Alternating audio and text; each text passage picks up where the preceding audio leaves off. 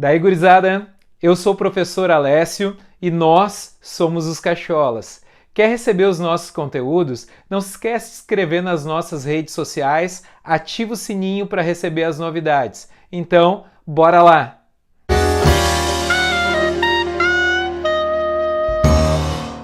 Daí, gurizada, tudo bem com vocês?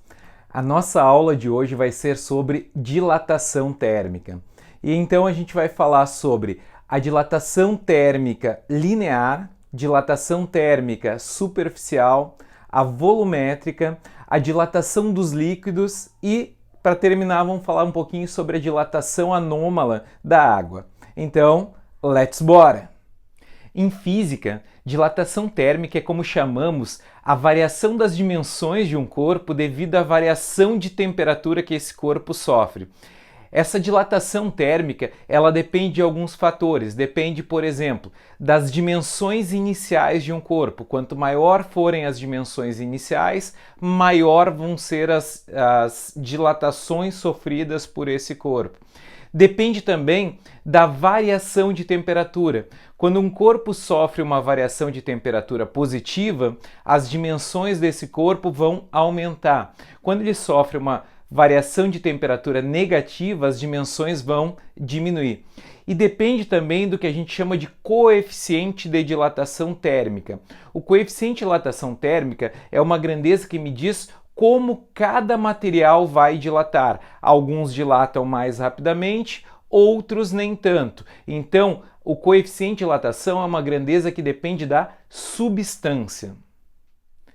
Todos os corpos, ao sofrerem dilatação, eles sofrem dilatação em todas as suas dimensões, comprimento, largura e altura. Porém, alguns corpos têm uma dimensão muito maior do que as outras duas. Nesse caso, o comprimento é maior do que a largura e a altura, por exemplo. Aí a gente diz que esse corpo está sofrendo uma dilatação linear. Apesar de todas as dimensões estarem dilatando, uma vai dilatar muito mais do que as outras porque o comprimento é maior do que a altura e do que a largura.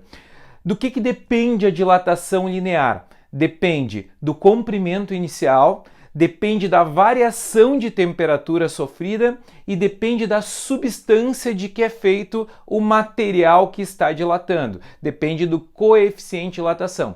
Se a gente pega, por exemplo, uma barra que tem um comprimento inicial L0 a uma temperatura T0 e eu vario essa temperatura, nesse caso aumentando a temperatura, essa barra vai sofrer uma dilatação no seu comprimento. Ela vai passar a ter um comprimento final L ou LF e uma temperatura final TF. Então, devido a essa variação de temperatura e devido ao comprimento inicial e o material de que ela é feita, eu posso calcular a dilatação ΔL sofrida por ela. ΔL vai ser igual a L0, que é o comprimento inicial, vezes o alfa, que é o coeficiente de dilatação linear, que depende do material de que ela é feito, vezes a variação de temperatura ΔT. Lembrando que a variação de temperatura aqui pode estar tanto em Kelvin quanto em Celsius, porque a variação de temperatura em Celsius e Kelvin é igual. Seguidamente, em exercícios de concurso e de vestibular, aparecem questões com a chamada lâmina bimetálica. O que é uma lâmina bimetálica? É uma lâmina que é composta de dois materiais de coeficientes de dilatação diferentes. Ou seja, quando eu aqueço ou resfrio essa lâmina, ela vai dilatar. Só que como os metais são de coeficientes de dilatação diferentes, um metal vai dilatar mais rapidamente do que o outro, fazendo com que essa lâmina se curve. E a curvatura dela depende se eu estou aquecendo ou resfriando. Nesse caso que a gente vê aqui, eu tenho uma lâmina de coeficiente de dilatação A e outra de coeficiente de dilatação B. E eu estou dizendo que o coeficiente de dilatação de A é maior do que B nesse caso. Se eu aquecer, como o coeficiente de dilatação de A é maior que o de B, ela vai dilatar mais rapidamente do que a B, fazendo com que a lâmina se curve para baixo. Se eu estivesse resfriando essa lâmina, ela se curvaria para cima. Isso é muito utilizado, por exemplo, em alarmes de incêndio. Aqui a gente tem uma tabela com alguns coeficientes de dilatação de alguns materiais. Por exemplo, coeficiente de dilatação do chumbo é de 2,9 vezes 10 na menos 5 graus Celsius na menos 1. Coeficiente do zinco, 2,5 vezes 10 na menos 5 graus Celsius na menos 1. Do cobre, 1,7 vezes 10 na menos 5 graus Celsius na menos 1. Do ouro, 1,5 vezes 10 na menos 5 graus Celsius na menos 1. Então, dependendo do problema em que eu estiver calculando a dilatação, eu preciso saber com qual material eu estou trabalhando para saber qual coeficiente de dilatação eu vou utilizar. E quando é que acontece uma dilatação superficial? Quando eu tenho duas das dimensões muito maiores do que a terceira dimensão. Aqui eu tenho comprimento e largura muito maiores comparados com a altura. Então aqui eu tenho uma dilatação da área, eu tenho uma dilatação da superfície. Assim como a gente calculou na dilatação linear, a dilatação superficial depende da área inicial, da superfície inicial. Depende também da variação de temperatura. Quanto maior for a variação de temperatura, maior vai ser a dilatação superficial. E depende do coeficiente de dilatação superficial, que na verdade, normalmente nos problemas que eu estou trabalhando com dilatação superficial, continuam sendo dados os coeficientes de dilatação linear, porque sabendo linear a gente também sabe o coeficiente de dilatação superficial. Coeficiente de dilatação superficial é o dobro do coeficiente de dilatação linear, porque eu estou dilatando em duas dimensões. Aqui a gente pode ver, por exemplo, uma moeda que está passando por um aro. À medida que eu aumento a temperatura dessa moeda, ela vai começar a dilatar e ela deixa de passar pelo aro. Nesse caso aqui, eu aumentei a temperatura. Poderia ser o contrário, por exemplo, eu tenho uma moeda que não está passando por um aro e eu diminuo a temperatura dela e ela começa a passar pelo ar. Então, ao aumentar a temperatura, eu aumentei a área dela, ao diminuir a temperatura, eu diminuo a área dela. Eu poderia fazer, ao invés de fazer isso com a moeda, fazer isso com um aro, se fosse de um outro metal também. E a gente chama de dilatação volumétrica quando as três dimensões são relevantes no meu problema. Comprimento, largura e altura não são desprezíveis. Aí eu vou ter uma dilatação no volume, uma dilatação chamada de volumétrica, que depende do volume inicial do corpo, depende do coeficiente de dilatação volumétrica, o gama, que é 3 vezes o coeficiente de dilatação linear, porque eu estou dilatando agora em 3 dimensões. E mais uma vez depende da variação de temperatura. Aumenta a temperatura, as dimensões aumentam, diminui a temperatura, as dimensões diminuem. A gente pode ver aqui, por exemplo, uma esfera sendo aquecida. À medida que eu aqueço essa esfera, ela aumenta o volume dela, aumenta as dimensões dela. Então, mesma coisa da dilatação linear, da dilatação superficial, dilatação volumétrica, depende das dimensões, linear dependia do comprimento, superficial da área e a volumétrica depende do volume inicial. Dependem do material de que são feitos, coeficiente de dilatação linear para dilatação linear, superficial para dilatação superficial e coeficiente de dilatação volumétrica para dilatação volumétrica. E lembra que os 3 coeficientes são relacionados. Coeficiente volumétrica, o gama, é igual a 3 vezes o alfa, que é o coeficiente de dilatação linear. Coeficiente de dilatação superficial, o beta, é igual a 2 vezes o alfa, que é o coeficiente de dilatação linear. Corpos que são ocos, eles dilatam como se fossem essa parte vazia feita do mesmo material do resto do corpo. Por exemplo, eu tenho uma chapa com um furo no meio, uma chapa metálica qualquer, uma chapa de aço, por exemplo, que está a uma temperatura inicial. Se eu aumento a temperatura dessa chapa de aço, ela vai aumentar as dimensões dela, inclusive do furo que tem no meio dela. Vai aumentar como se ele fosse feito do mesmo material de que é feito a chapa. A dilatação dos líquidos é também uma dilatação volumétrica. É importante lembrar que os líquidos têm volume definido, mas têm forma indefinida. Então, para verificar a dilatação de um líquido, a gente sempre precisa conter ele dentro de um recipiente. E quando a gente vai fazer a dilatação de um líquido, seja aumentando ou diminuindo a temperatura, além do líquido, o recipiente também está dilatando. Como o líquido tem mais facilidade de receber ou perder calor, ele vai dilatar mais rapidamente do que o recipiente que o contém. Então, a gente vai perceber uma dilatação chamada de dilatação aparente. O que é a dilatação aparente? Por exemplo, se eu tenho um recipiente cheio até a borda com um determinado líquido, eu começo a aquecer esse recipiente, a gente vai perceber que parte do líquido vai cair para fora do recipiente. Essa parte do líquido que caiu para fora do recipiente é a dilatação que a gente chama de dilatação aparente, mas ela não é a dilatação real do líquido, porque a dilatação real do líquido é a dilatação aparente mais a dilatação do recipiente, porque quando a gente aqueceu esse recipiente com o líquido, além do líquido que caiu para fora, também ficou uma parte do líquido que dilatou dentro do recipiente, porque o recipiente também aumentou o seu volume quando eu aqueci ele. Se eu resfriar, a gente vai perceber que vai começar a sobrar espaço dentro do recipiente,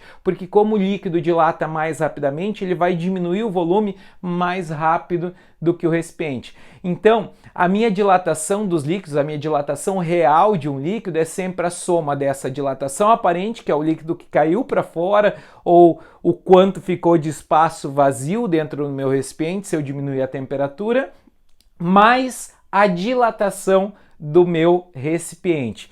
E aí a gente pode estabelecer algumas relações. Lembra que a dilatação volumétrica é o volume inicial vezes o gama, que é o coeficiente de dilatação volumétrica, vezes a variação de temperatura. Então a minha dilatação real vai ser a dilatação aparente mais a dilatação do recipiente. E aí a gente pode relacionar os coeficientes de dilatação volumétrica. O coeficiente de dilatação volumétrico real vai ser a soma dos coeficientes de dilatação aparente mais o do recipiente. E aí cada uma das dilatações a gente pode calcular com a equação da dilatação volumétrica.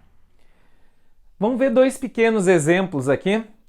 Durante uma ação de fiscalização em postos de combustíveis, foi encontrado um mecanismo inusitado para enganar o consumidor.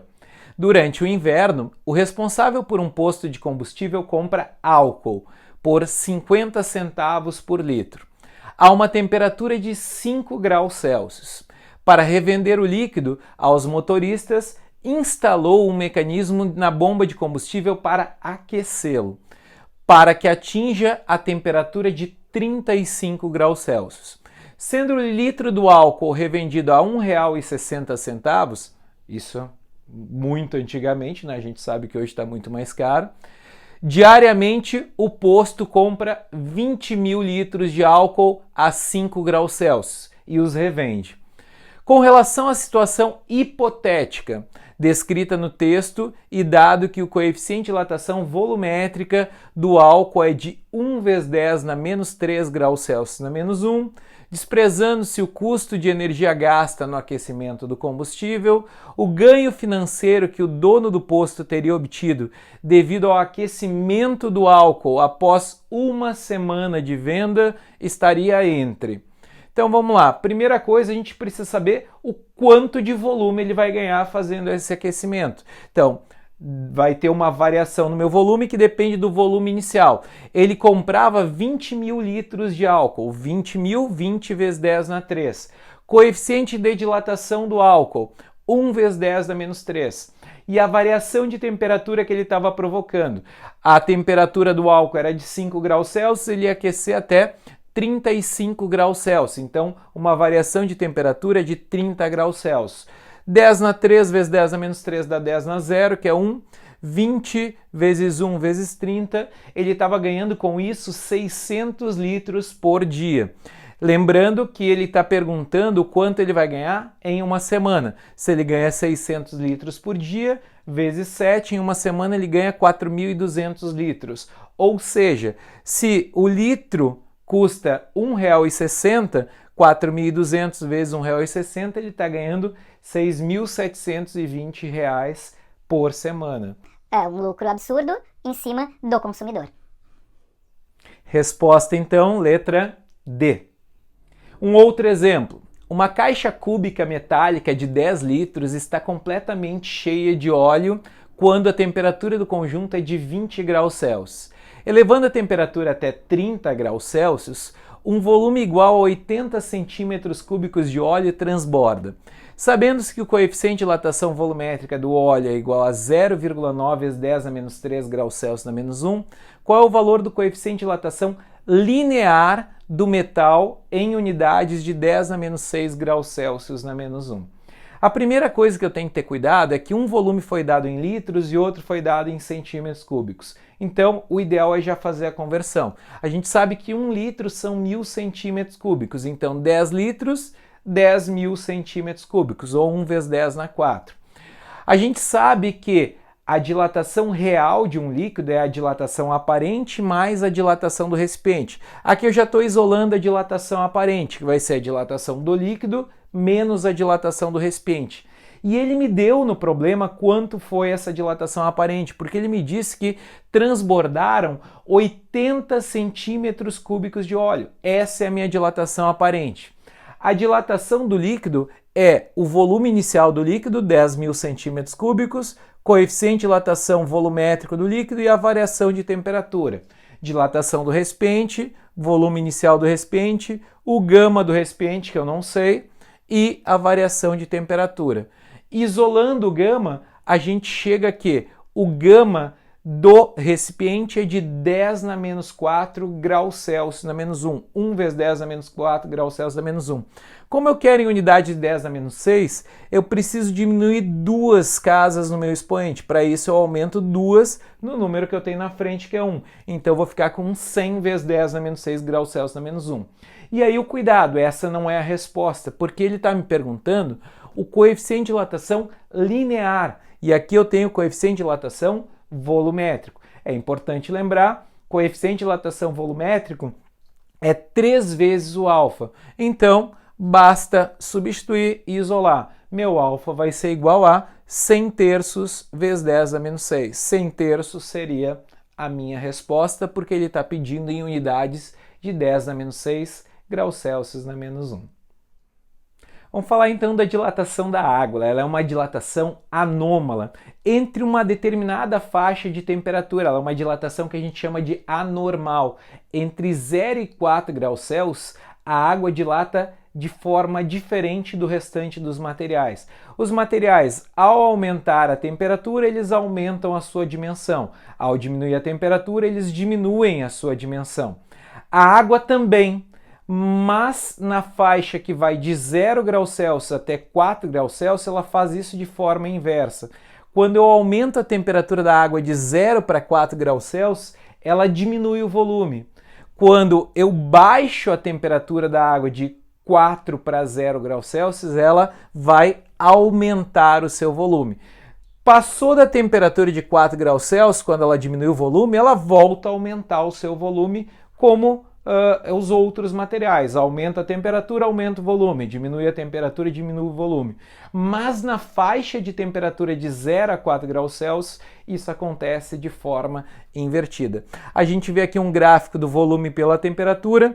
De 0 a 4 graus Celsius, o volume vai diminuindo. Passou de 4, o volume volta a aumentar. De 4 para 0, o volume vai aumentando. Baixou de 0, o volume volta a diminuir. Assim como acontece com o volume, acontece de forma inversa também com a densidade. É importante lembrar que densidade é massa sobre volume. Então, quando o volume da água está aumentando, a densidade da água está diminuindo. Quando o volume da água está diminuindo, a sua densidade está aumentando. Gostaram da nossa aula? Gostou? Deixa o like, continua acompanhando o canal, te inscreve lá e let's bora!